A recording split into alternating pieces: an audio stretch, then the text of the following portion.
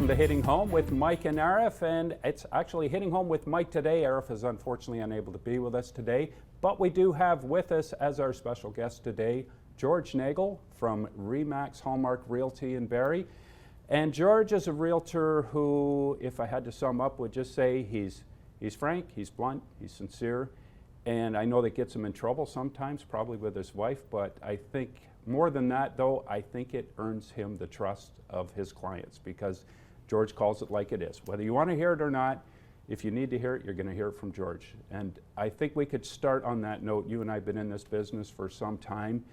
Honesty, integrity, and just candidness. I can't think of three things that are more valuable to the consumer in our business. Do you think we see enough of it? And is it something that, you know, if there's anything we can say to anybody out there, be they a consumer, be they another realtor, where's the value lie in just being totally honest? That's a great start. Yeah. Thanks for having me here, actually. Been wanting to for some time. Well, for those of you who don't know this, Mike is an excellent realtor, and I wouldn't say that about too many realtors because there's about 1,400 or 1,500 of us. There's closing in on 1,500. We may have even surpassed that. Not being on the board anymore, I'm not getting the monthly updates on it. But it's a big community of realtors, and I love doing it up here. It's very local, and I think so many of us get along. Mm-hmm. But there are some of us, I think, could do a lot better if they had the approach you just talked about. Yeah. Because I'll be the first to say I'm not the smartest guy in the market by any stretch of the imagination. Never said I would be. I never would even try to be. Yeah. I want to learn all the time, obviously, but I think it's constant learning. It always is, and that's what's kind of cool about it. And I think honesty goes a long way, and you don't have to be experienced to be honest. No. And I think what's interesting about this is actually every time I talk with a client, I always start a consultation, we'll say, can I be honest about everything we talk about? Mm-hmm. And you know, Mike, no one's ever said, no, I'd like you to lie to me from time to time. That would be awesome, right? It up a bit yeah. if you can, yeah. But it's an odd question to ask somebody because I don't think people usually ask it because I think we assume that, you know, you're on and now you have to perform. Yeah. But it's not about performing at all. Yeah. It's about understanding what's important to the person that you're talking to. And here's what I'll say. I know this without even knowing the person I'm meeting with. There's no one that I've met with, for example, that's listing a house that would want to sell their house for more money, or sorry, less money in a longer period of time, right? They would want to sell it for less money in a shorter period of time. Yeah. And I've never met a buyer that would like to pay a lot more money than what they should pay and take a long time to find something. And that trust element lies with you as the realtor because you know precisely where that line is between overpaying or getting a bargain. Absolutely. Whichever side you're on, whether it's you're listing, working with the listing or with the vendor, or working with the buyer. And you're right. So trust is a big part of it, and part of the trust is like, who's kidding who? Like June 2022, May 2022, April 2022. We're in different times almost every month. So for me to tell you that I know what I'm talking about in terms of what's going to happen in 2 or 3 months from now would be totally inaccurate. Yeah. But I'm honest with people about that. Yeah. And I think it's important. We have our hunch, and I've caught myself in that on this show by saying for the past number of months that I didn't think prices would go down, and if they go down, they'll only go down a little bit. So far, so good. They've only gone down a little bit. Right. But I don't know clearly what that answer is, and I made that clear on the show that I don't have the answer, but my hunch is this.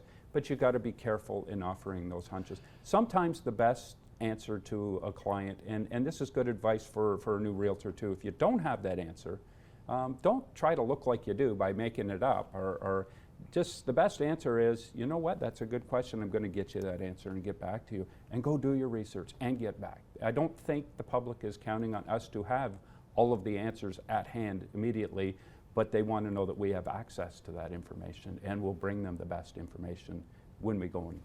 Absolutely. And if you just take it down to that level and you can say to people, look, we're going to be honest about everything we talk about. If I don't have the answer, I'll get back to you. Yeah. But you mentioned about pricing, you weren't sure if they were going to go down. Well, I wasn't sure, like everybody, if it was going to go up. We weren't sure they were going to go up either. Right, yeah. So if you look at it, there's a lot of people that have been in a position where you could buy an investment property, for example, and say 2 years ago, if you would have said I should be buying this 4-bedroom home for I wish I could have $800,000. given that crystal ball Well, advice. I know, but like none of us would have bought properties because we would all thought it was too high, and yet everybody could have said, "Oh my gosh, if I would have just bought something 2 years ago, then it would have been, you know, that 800 would now have been 1.1 million, and now it's $1 million, which is still higher." But that didn't happen. No. So it's really humbling and cool at the same time if you can just be very frank with people and say, none of us really bought a lot of real estate unless, you know, you had to move in the last little while because we weren't sure where it was going. There's an element of luck to any of the people who have profited, and anybody who owned a home, you know, 3 years ago prior to this pandemic has seen that luck pay off for them for sure. And some may say, well, I saw it coming. I know those of us within the industry didn't see it. The media was trying to tell us, and they're always looking for that doom and gloom headline. And when the pandemic started, they were saying the market will surely crash once no one's going to buy houses during a pandemic. And we saw the complete opposite happen. You're right. And look at so many industries we're caught short. We've had, you know, the supply chain issues we have, I think, are in part due to nobody anticipated the demand there was going to be for building products, for in so many industries. Everything, yeah. I love that you mentioned luck, though, because this is where I think you can have a lot of success in real estate or in a lot of different things. And it's a saying I have, and it's like you have to be good to be lucky and lucky to be good. Yeah. So the honesty is absolutely paramount, but luck does play a role in it. But also the experience. You're talking luck for realtors or luck for that client? For the client, for sure. Yeah. And then for you as a realtor, because again, going back to the fact that there's 1,400 or 1,500 of us, I love the approach that if you can give the right information or get the right information, the client will be better off making a decision.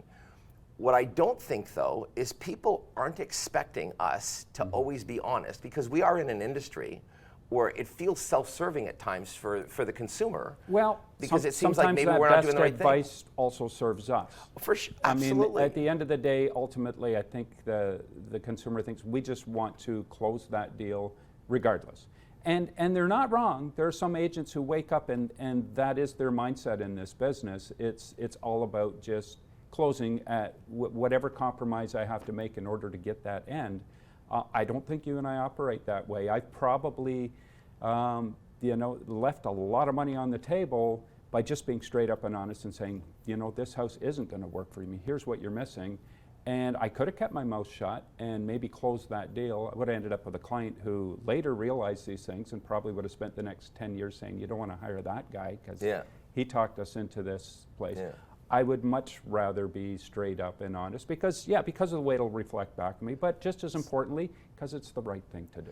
And doing the right thing is always important. Yeah.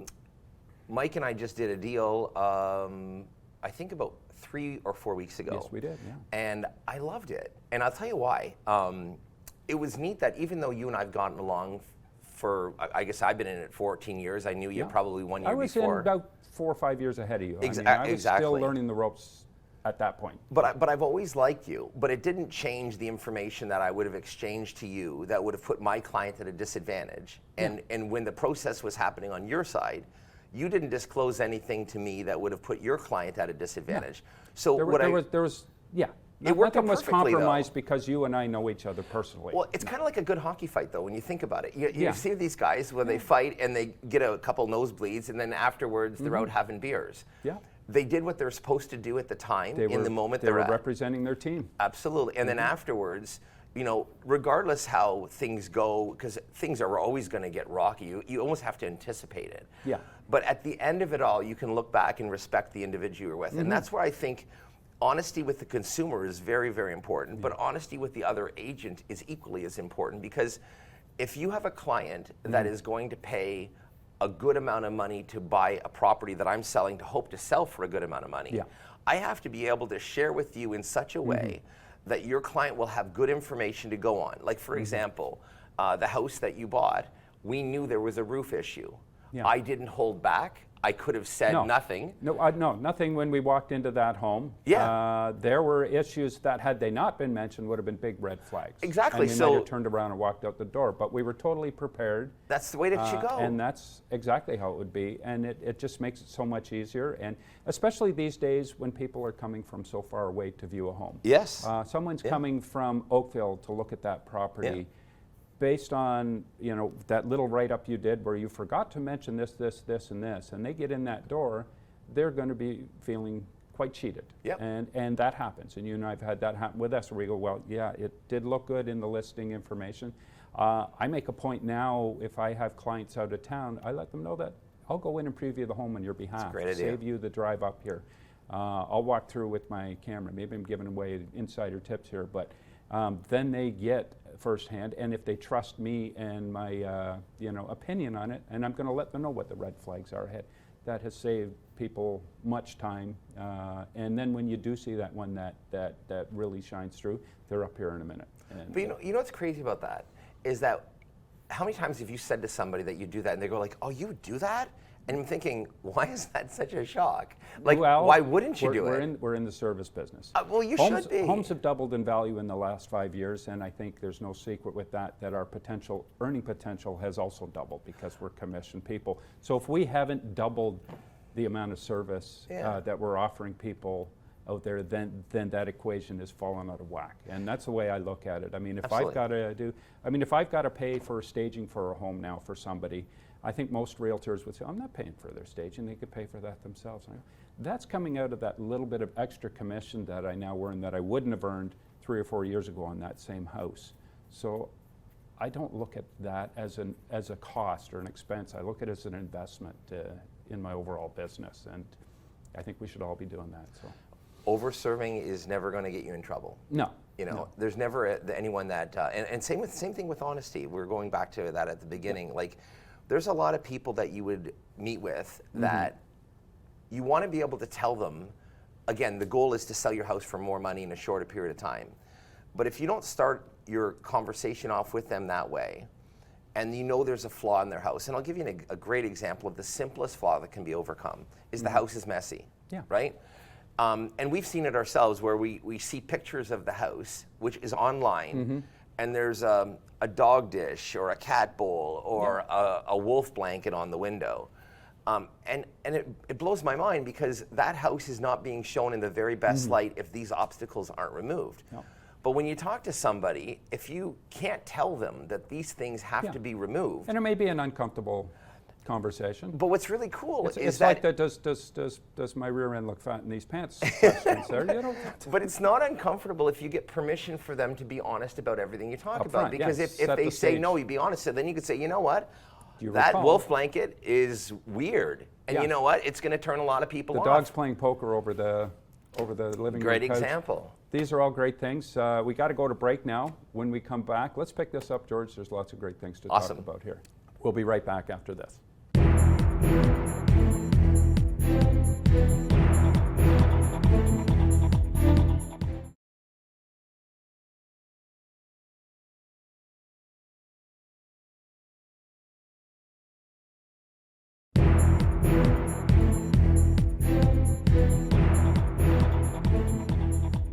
Welcome back to Hitting Home with Mike and Arif. Arif is away this week. We're here with George Nagel, from Realtor with Remax Hallmark Che Realty in Barrie, serving Barrie and all of Simcoe County and beyond. Our industry takes us near and far now. As long as we're within Ontario, it's getting easier through technology to be able to serve people at a greater distance. Are you also you're a member of the Barrie District Association of Realtors? Are you also a member of the Toronto and District Real Estate? And I think that's key. I think that's important now because of what I just said. We are more a regional hub, in that region being not just Barrie, but central and south central Ontario. People are moving all over. Everyone's coming from Toronto. If you're not tapping into that market and connecting with the 75,000 or so Toronto real estate agents that are down there, then you're not serving as well as you can. But I think what we're talking about, what are the things that are important, just basic values that should be common sense for any realtor or anybody in any business, really. And that key center point is honesty and candidness with your clients. In the market that we're in now, it's been a rather unique market over the last couple of years. We certainly saw us go into a run of demand for properties with limited supply, which fueled a rise in prices. But now we're seeing, partly because I think it was just time. We'd hit that point where it was time for the market to flatten out on its own accord, but with a little encouragement from our federal government and the Bank of Canada by bumping up interest rates, which is, putting that bar where people can afford to buy a little bit lower each time. We're now into that market that's rather confusing for many. People are asking me, where are we going? From week to week, I can't give an answer with a whole lot of confidence. Have we leveled out? Will we continue to dip down? Will we start to see a rise back? What are the answers you're giving to your clients when you get asked that question? Well, it's neat that if you use the term real estate market and you really play it for what it's worth, it is a market. Yeah. And I think a lot of people don't think of it that way. They think of that's a house and that's how much it's worth. As a market in comparison to any other financial market that's out there. Yeah, it's got its ups and downs, whether it be crypto or whether it be real estate. The big thing that's concerning to us is that there are a lot of buyers and agents that look at real estate, and I do a lot of it as an investment. But it's really a home, and that's what I love about, even though I do investment real estate, a lot of it, the big thing I love about our job is that you're actually making a difference in people's lives because it's a home. It's where they're going to raise a family. You're facilitating or helping to facilitate the biggest decision they're going to make in their lifetimes. Absolutely. Yeah. So I think the key thing about that is that you have to remind people that because this is a home, we can't look at it just as a price. We have to look at it as a lifestyle. Yeah. So like, is it the right neighborhood? Like, for example, I have a listing coming up that's on a very busy street, right? It's not meant if you want to play road hockey. No. So if you have a young couple that is a little yeah, kid, sure. you might say, look, you're going to buy this house for less money, but just be aware of it. There's two things to consider. One is you're not going to be able to play road hockey. Yeah. Two, when you go to sell it down the road, you're not going to sell it for as much money for that reason. Yeah. So let's make sure that you have to buy it properly. So if someone was going to call me about that particular house and the value of that house, I would love to be able to tell them that a house on a busy street cannot sell for the same amount as a house. And it's one of the things you can't change. You might go in, it needs a you kitchen can never and a bathroom. change that. You can change those and add value, but a busy street is a busy street. So when people talk about what's the value of a house, well, there's so many variables. So location, obviously, configuration, and value and to timing. a point is personal too. Absolutely. The house with the pool might mean everything to that one buyer who has to have a pool, but there's a good chunk of the public who don't want the bother of a pool, who see that as a negative. That's totally true. And actually, at different times, it has that value. Prior to COVID, oddly enough, if you had a pool, it really didn't do much for the value of your house. Yeah. But when you think about how hard it is to put a pool in, because pool companies were so busy, they weren't. You'd have to pay a year in or two in advance. We were more focused on our home as the center of our universe through COVID. Yeah. And there was an awakening to that. Yeah. So that value of that house, where a house say was $900,000 and then it had a pool in 2020, for example, it became a $1.2 million house with a pool. Yeah. The value could be stripped away down the road when pools are going to be more available. That house with a pool might not be worth the same it would have been in 2021. Yeah. It's fascinating. But we can't analyze that here. You have to analyze the market at that time. At that time. Because just as in the stock market, there's a lot of math and science that goes into the movement of those numbers, but there's a lot of emotion as well. Yeah. And emotion in a big part impacts on the values of real estate. And that's something I want to talk about a little bit. I mean, what we're seeing in the headlines now, and those headlines are generated to generate clicks for internet. A lot. I mean, every big media out there also has their equivalent online.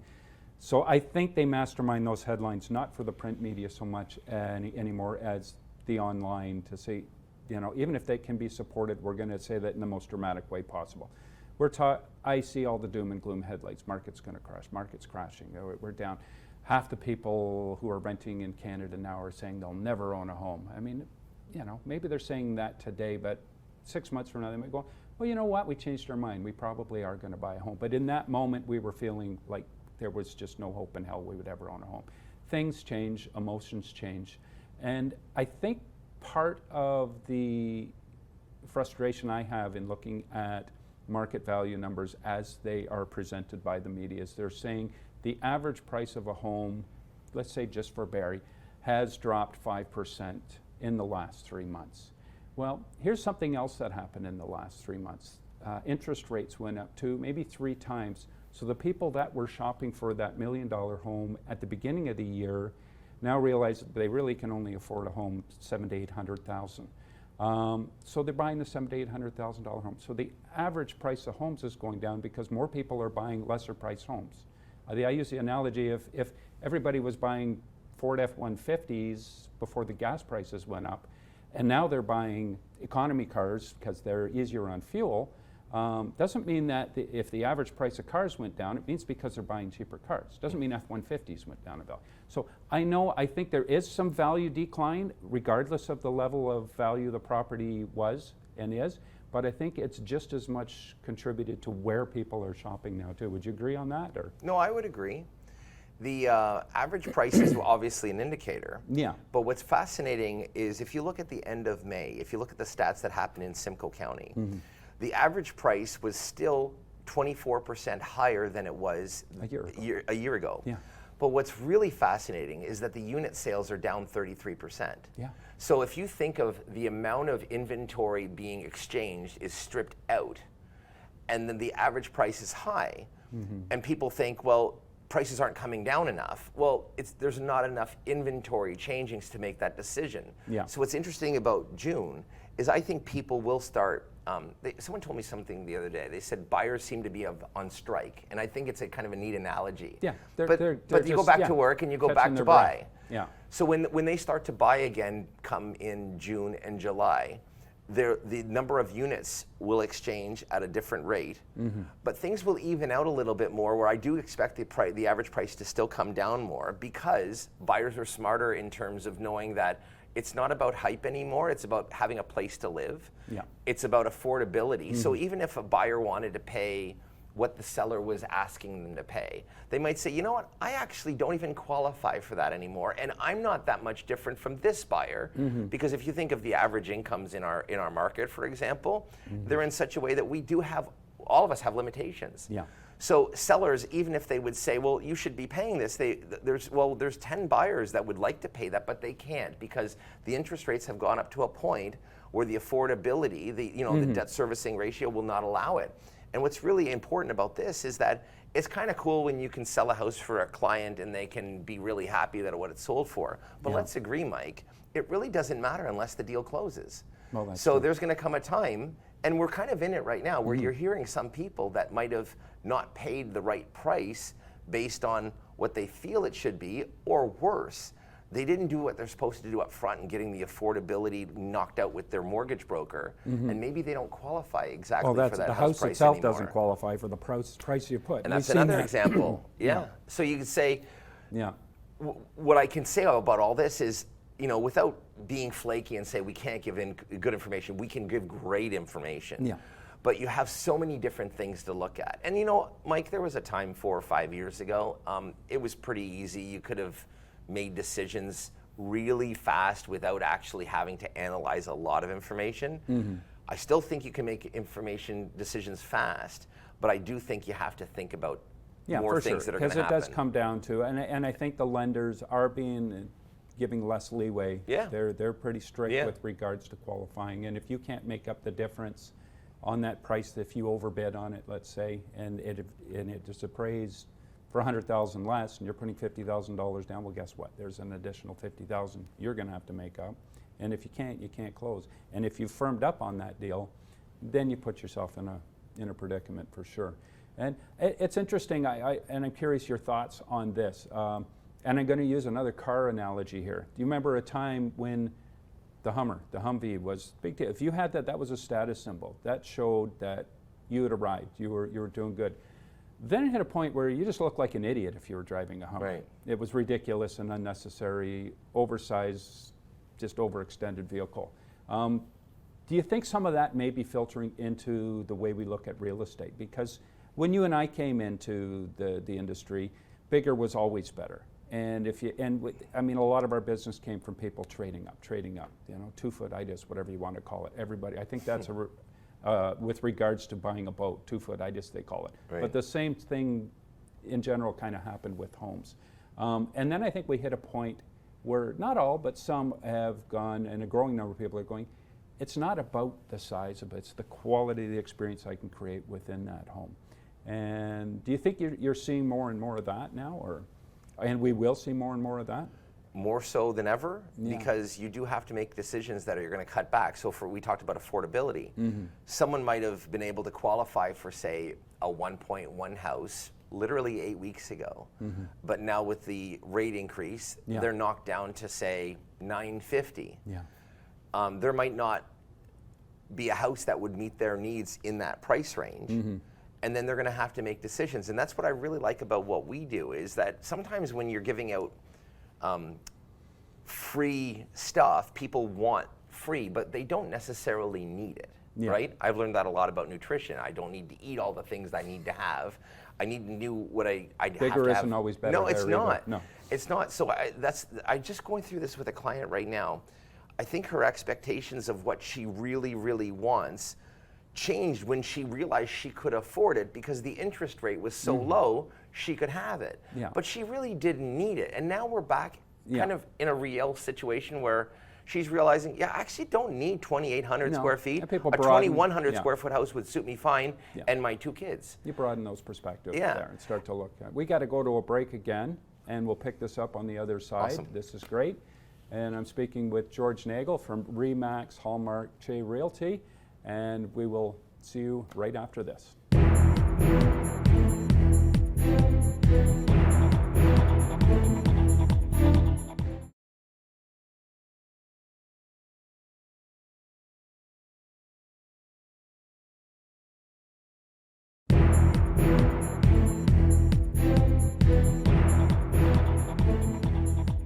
Welcome back to Hitting Home with Mike and Arif, with Mike, and I'm here with George Nagel from RE/MAX Hallmark Che Realty, and we're just shooting the breeze here, talking about some of the inside knowledge we have as realtors, and just some of the more general knowledge that everybody should be privy to with regards to buying, selling, owning a home. One of the things that changed through COVID and through this, I don't even want to refer to it as a COVID thing, just through that rise in the market that we saw with all the overbidding that we were seeing on homes. I think the impression with some, if not all of the public, was that we as realtors loved that ability to be able to go in, list a house, and just cherry pick that offer that didn't have any conditions, was a full cash offer, and be done with it. The other side of that being, if you're representing a buyer, I wrote a lot of offers in the last couple of years that never went anywhere, where you didn't get that win. And the ones who did typically went well beyond the list price of the home, and oftentimes the price of the home was strategically placed lower just to encourage those bidding wars. So the things that we do to protect our client, putting those clauses and conditions in, that document that we put together is valuable because it protects everybody involved in the transaction there. And when you are tempted to not put that financing condition in there to protect, and just as importantly, that home inspection condition, because who knows what's happening that you're not seeing on your walkthrough of that house, structurally or with regards to electrical or plumbing or so many other things, insulation, toxic elements that could be within that home, especially if it's an older home. But too often we knew that if we go in with a home inspection, we're probably going to be the only offer up against 3 or 4 others. We'll be the only ones with the home inspection. So our offer may get just dismissed just based upon that. That bothered the hell out of me as real, because I felt I wasn't doing my job, and I was forced to not do my job to the best of my ability because of the environment we were in. I'm relieved to see, I'm quite happy to see that we're returning more to a market, and we just did a deal last week, you and I, where I represented the buyer, and I was confident in putting that inspection condition in there. And I was felt good for my clients that they've bought a home where they're eyes wide open as to the issues. It's a 30-something-year-old home, that place, and any home of that age is going to have a few things. If it's not, you hope that they're not issues that are deal-breaking issues.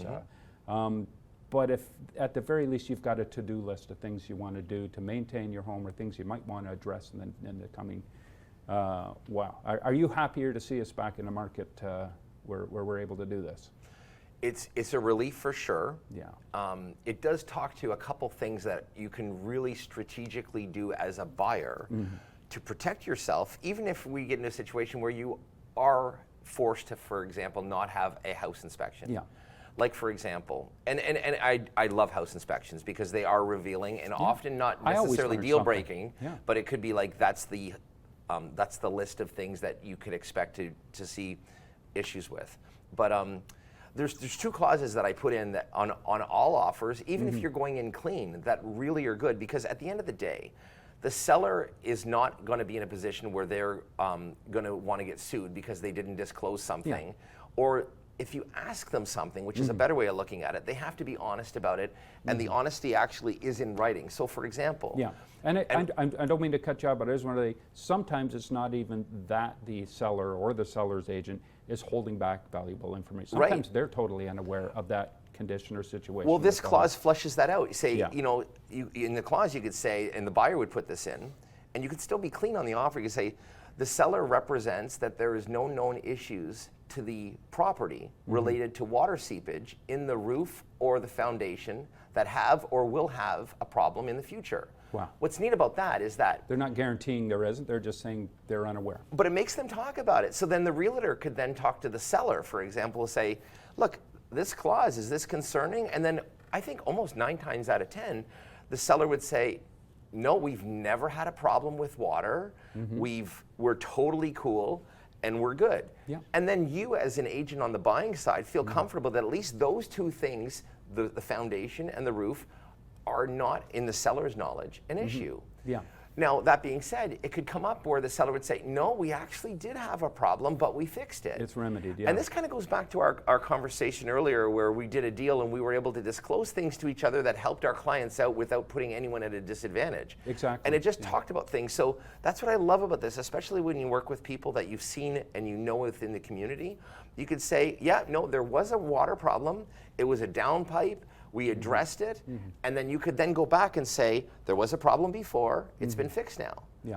And then now the buyer has the comfort knowing that they're dealing with someone that is actually thinking about that question and is prepared to sign off on it. And they're also knowing that, like, no house is perfect. You're not buying a new Hummer.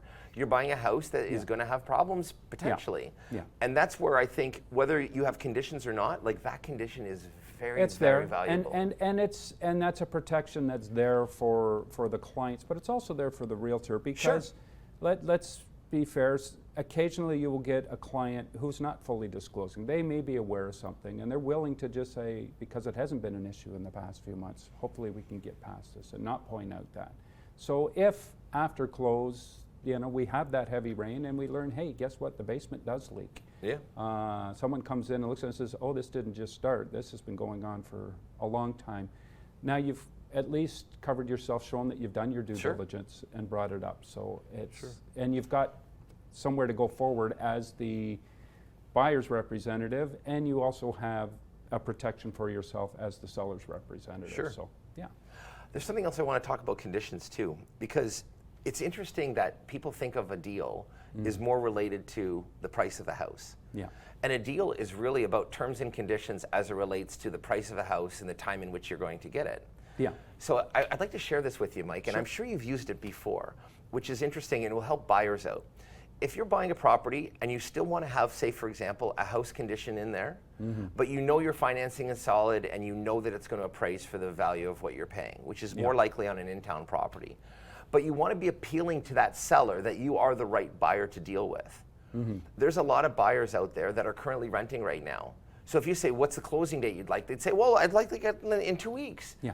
But if you were to talk to the seller that hasn't bought a house yet, they might not find it appealing if you want the house in 2 weeks from now.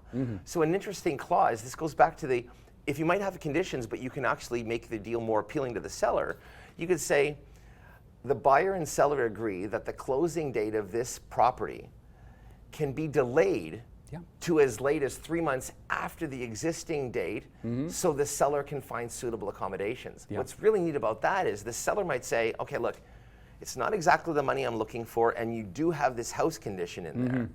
But you also are saying that I actually have a lot more time past the closing date if I give the right information before that I could actually delay this. It's amazing, because the buyer would then feel like, this is awesome because, yeah, I'd like it now, but we're renting or we're living with mom, so we don't have to move in there today. And the seller might say, I like these people because they're going to give us time. So we now, in a market where they're maybe not selling for as much money, but they're buying in a market where the properties have gone down. It will give them a chance to find something that might be $100,000 or $200,000 less. And with depleted inventory levels, that's gold. And you know what? You just talked about something that happened to me specifically. I always put an additional clause in there that the buyer is flexible and can extend the closing if necessary.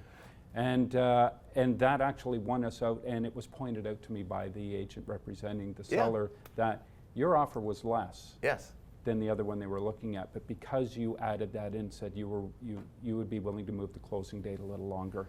And that's why people would hire you as a realtor, because you're not thinking just about how much do I have to offer. It's not what you can narrow on the buyers. It's not how much you can narrow those sellers down to. It's about how much breadth you can give them, and a feeling that I'm a big fan of giving as much as you possibly can to the seller, so they feel good about dealing with you without compromising the things that are important to you as a buyer. And I would say to people, look, I know you really want to move in a month from now because you hate living with your mom, for example, or your mother-in-law.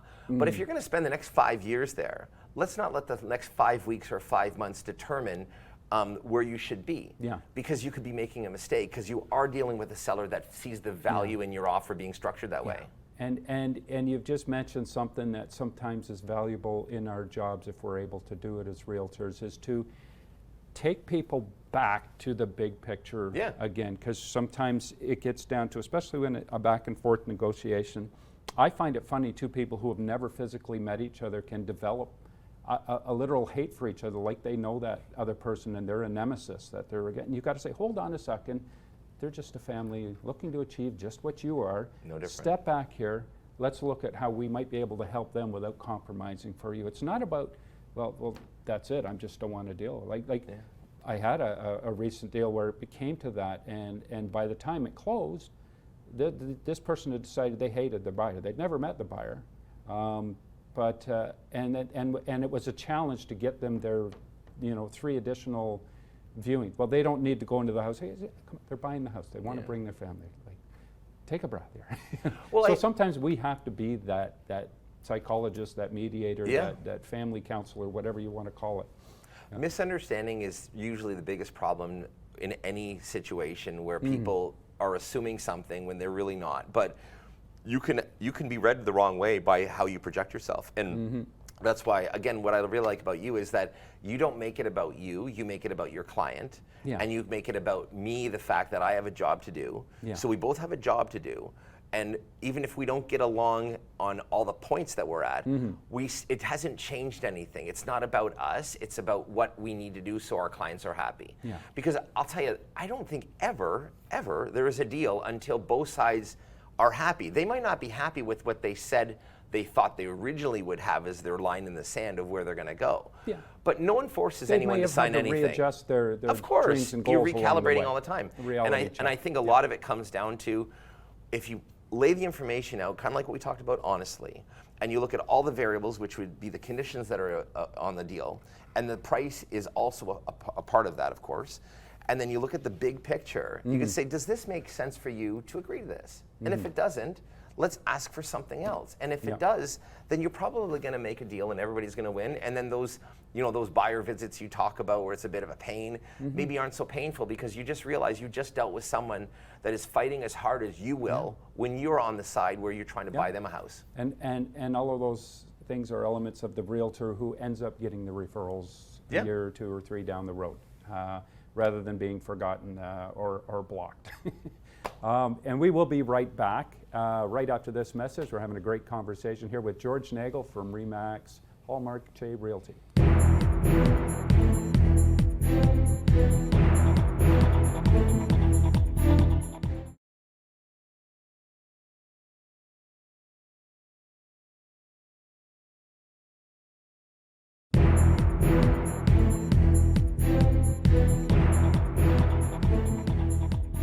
Welcome back to Hitting Home with Mike and George today. George Nagel from RE/MAX Hallmark J Realty in Barrie.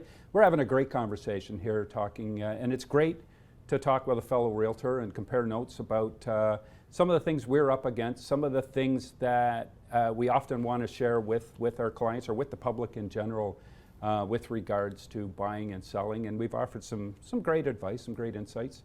Want to move the needle a little bit here and talk more in general terms about real estate and that market that is Barrie, Ontario. And I know you do a lot of real estate, well, you do real estate business throughout the city and beyond, but I think there's always a good or better chance than none if you see a sign on a residential property or even a mixed-use property in the downtown, there's a good chance it might be one of yours, George. You do I would say, a fair bit of business and more than the average Barrie realtor within the downtown core. So I'm safe in asking this question of you, hopefully, that are you seeing that change? Are you seeing that evolution and more of an interest in our downtown core as a place to buy a home and raise it, not just as an investment? Certainly investment, downtown has always been a good place to invest in real estate.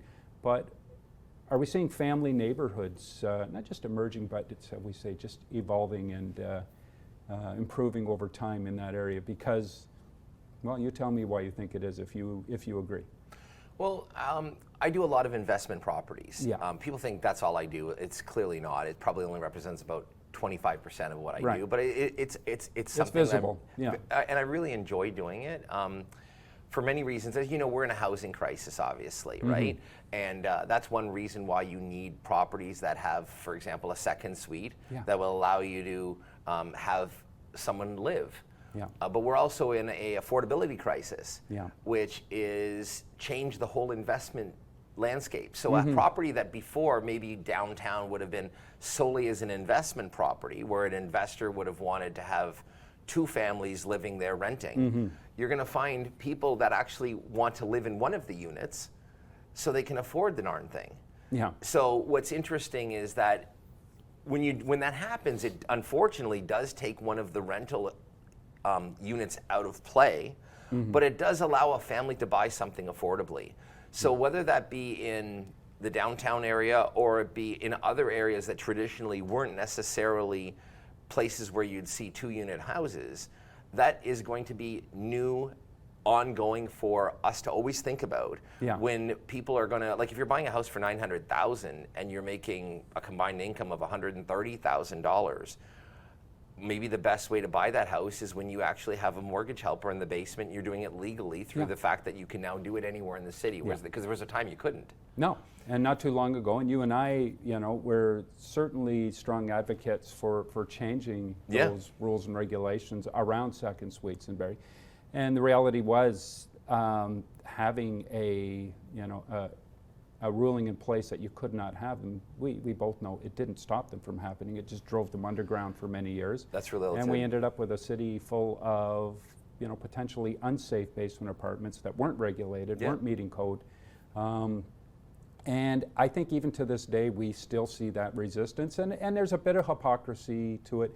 And some may come by that hypocrisy innocently enough. They just don't want, they fear the worst case scenario. If they have a second suite in the house next door to them, then their property value is going to go down. There's going to be cars all over the street. Yeah. There are worst case scenarios that do prove true, and oftentimes they happen around the college district where there's a higher demand for rentals and many of those homes. But we do have rules and regulations in place to monitor that and keep that in check, and it's gotten better over time. But I honestly believe that that is probably one of the most powerful and more immediate solutions we can provide for our housing crisis, not just for the availability side of that, but the affordability side of that is second suites. I've said it before. I think there's enough residential real estate in Barrie, Ontario to house all of us Right. You know, 1 or 2 times over, you know, if it was utilized that way. And not everybody wants to put someone in has, and I'm saying everybody should have an apartment in their house, but everybody should have the opportunity to be able to, and I'd like to see the city doing more. And you know, the Simcoe County is providing grants for creating second suites, but there's still so much more we can do, to, not just to incentivize creating a second suite, but just to educate people on you know, the value and the power and the nuts and bolts of being a landlord. So much more, and even us within our industry could be doing a lot more to educate people on that, because more and more people are looking at it. And it is a requirement. And at first, I actually made a mistake on this, Mike. I thought there was a time when they added the garden suite strategy in place. I thought, well, this is great. But then I got to thinking, I actually don't like it. And I'm glad they actually changed it, because it seemed like, okay, well, you can do anything anywhere as long as the property's really big. And then maybe someone who has a really nice house in a certain area is now going to have a neighbor with a bungalow in their backyard, which doesn't create the best environment if you're trying to enjoy your backyard, and someone that is beside you has a bad tenant that you wouldn't have had before if in fact there was no garden suite there. So I think as long as it's done very responsibly, and it's done on the, and this is what I really like about, and maybe investors aren't going to be popular if I say this, but you did say that I was blunt, and I'm okay with this. Can't be all things to everybody. I just try to be. You'll take your comeuppance, George. Well, yeah, so but what I'll say is I like looking at real estate as being a place to live, and it's not just a place to invest. But what's really cool is that there is a balance, and I think homeowners, it's a win-win. Homeowners can have a place to live anywhere in the city of Barrie if they can have a second suite within the house, and then a neighbor would actually be okay with that if the owner lived there. So if the owner lives upstairs and they have a tenant, it'd be no different than having a 16-year-old in your basement that maybe you have. People appreciate having a good home, and I tell people all the time, if you're going to create a second suite, put a nicer kitchen in there, put a nicer feel on it, so you're going to attract other people that maybe are the type of people that you feel would be a good living combination with you. So it's not about having a rental in the basement, it's about having another person affordably living in an area that they really appreciate. And I think if it's done that way, you're not going to be unpopular with the public because you're trying to make things affordable. And the people say, oh, I don't want that. It's like, well, how about your kid who's 28 years old that's about to have a kid and they can't afford a house? Aren't you unhappy? Are you unhappy for them that they can actually rent a basement apartment in a nice neighborhood? Well, you got to put that perspective on it. You have to look at the big picture all the time. And I think the people that don't are going to maybe not hire, say, a guy like you and I, because they're going to say, oh, he's against that. I'm not against anything. I'm actually for everybody kind of just getting along. Getting along, being happy. And being affordable. And yeah, whatever progress we make, it should not be to the detriment or safety and privacy of your neighbor. And there's a way forward where everybody. And I think if we're being blunt and honest, which you and I are known for, is not everybody who is going to create a second suite or have a vacancy come up in their second suite will want to take that person who's living rough, as they say in Barrie, you know, maybe in a tent city or living on the street or is in the Busby Centre, and say, I'm going to put them in my basement apartment.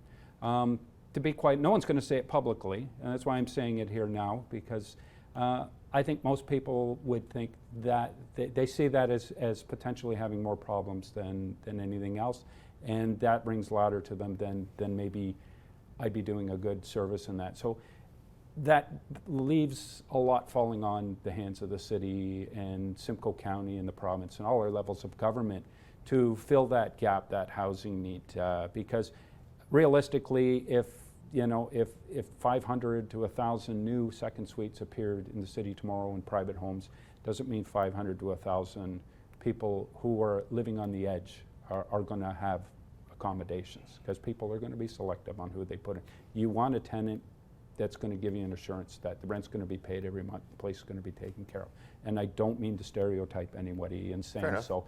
It's just the reality. So again, it leaves a gap there that needs to be filled. I mean, we've had hotels that have been used as accommodations, and we've come to the end of that term in Barrie just this past week, where I think it's 100 or so people who had been, having shelter provided to them within those hotels now find themselves without shelter and no place to transition them to. It was good that it happened, but over the time it was happening, I don't know if the ball was dropped or maybe they just didn't reach that point where they had a place for them to transition to. I'd like to think it's the latter, and we're still working on it, and hopefully.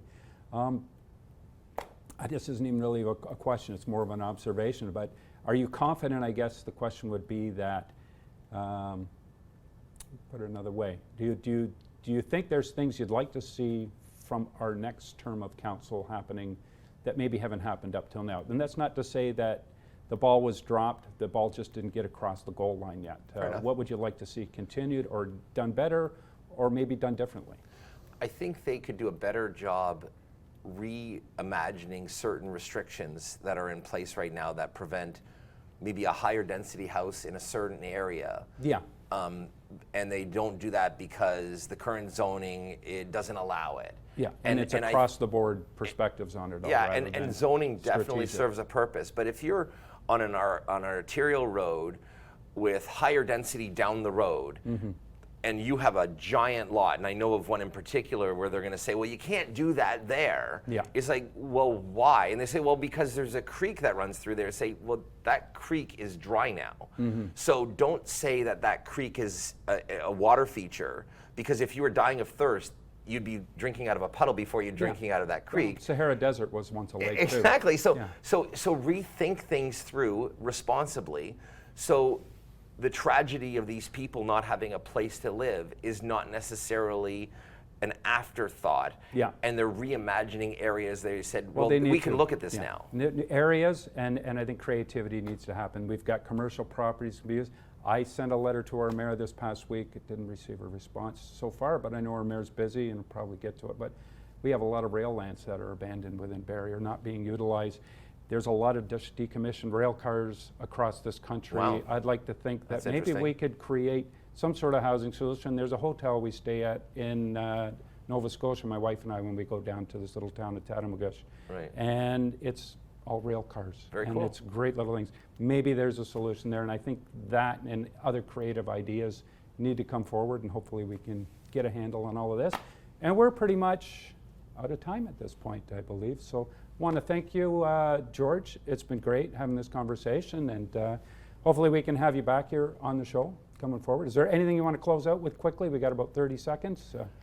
Thanks for having me on. I really enjoy you as a guy and as a realtor, and I think your approach on how you handle real estate is something that people should really gravitate towards and not shy away from, because honesty is everything and information is key. But you do it in such a way that you're doing it what's best for your client, and I think just keep doing it. I love it. Well, thank you, George, and the bromance continues. And thanks for coming on the show. And we'll tune in next week to Hitting Home with Mike and Arif. And Arif will be back next week. Not sure who our guest is going to be, but we got some great ideas for summer guests here, so you won't want to miss. Thanks for joining us, and we'll see you next week.